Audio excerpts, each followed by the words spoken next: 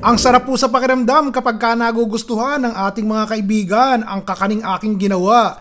Walang oven na kailangan, walang kailangang pasingawan, tapatan lang po ng gatas kondensada pamatid gutom na. Pag negosyo pwede na. Kung wala pong fresh na kamoting kahoy, ito na lamang po. Ganito po ang nabibili namin dito sa Amerika. Ang total weight po nito, 16 ounces, 1 pound. Nakalagay, 454 grams. Ito po ay frozen, tinunaw ko na, malambot na. May kasamang tubig So ngayon ang gagawin ko, tatanggalin natin ng tubig, sasalain natin. Hilaw pa to hindi pa po ito luto. Tatapon nyo yung tubig na yan. Tinanggal ko na po yung tubig at inilagay ko na yung ating kasaba. Ito naman ang malagkit ko. 1 cup lang ilalagay natin. Asukal na pula. Wala nang itlog to nagtitipid tayo. Gamit tayo ng isang latang coconut milk. 400 ml po ito.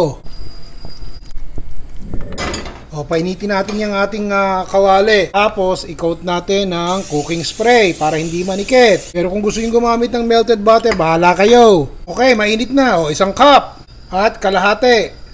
Baka matetempt kayo. Lubayan nyo, huwag nyo haluin. Hayaan yung maluto yung ilalim at maging brown bago natin itaob. 2 minutes to, nakita nyo, gumugulong-gulong na. Ibig sabihin, luto na yung ilalim. Pero yung gitna, parang hindi pa. Lutuin pa natin ng another minute.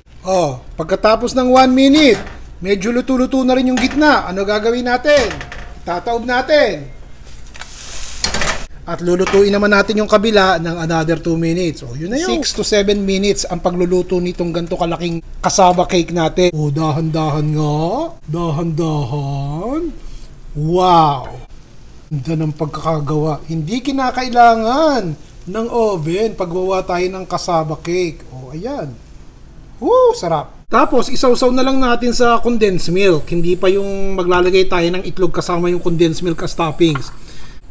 Maglagay tayo ng condensed milk sa isang maliit na tasa. Ito yung panghuli. 3 bibingka pa lang pwede natin gawin dun sa ating ginawang batter. Look at this, everybody. Ilalagay ko muna sa sangkalan para mahiwa natin ng maayos. Okay. Wow. Tingnan nyo nga yan. Isang hiwa pa. Isang hiwa pa.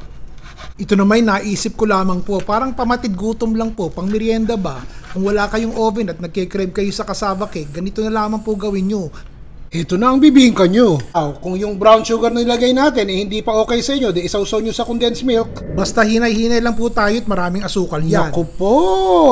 Sa sarap nito hindi na ako makapagsalita Tignan nyo, puro tangu-tangu na lang. Minsan-minsan po yung mga merienda ang gagawin natin katulad po nito. Yung mga ricado simpleng-simple lang at madali pong gawin. Ayos po ba? Ron Bilaro?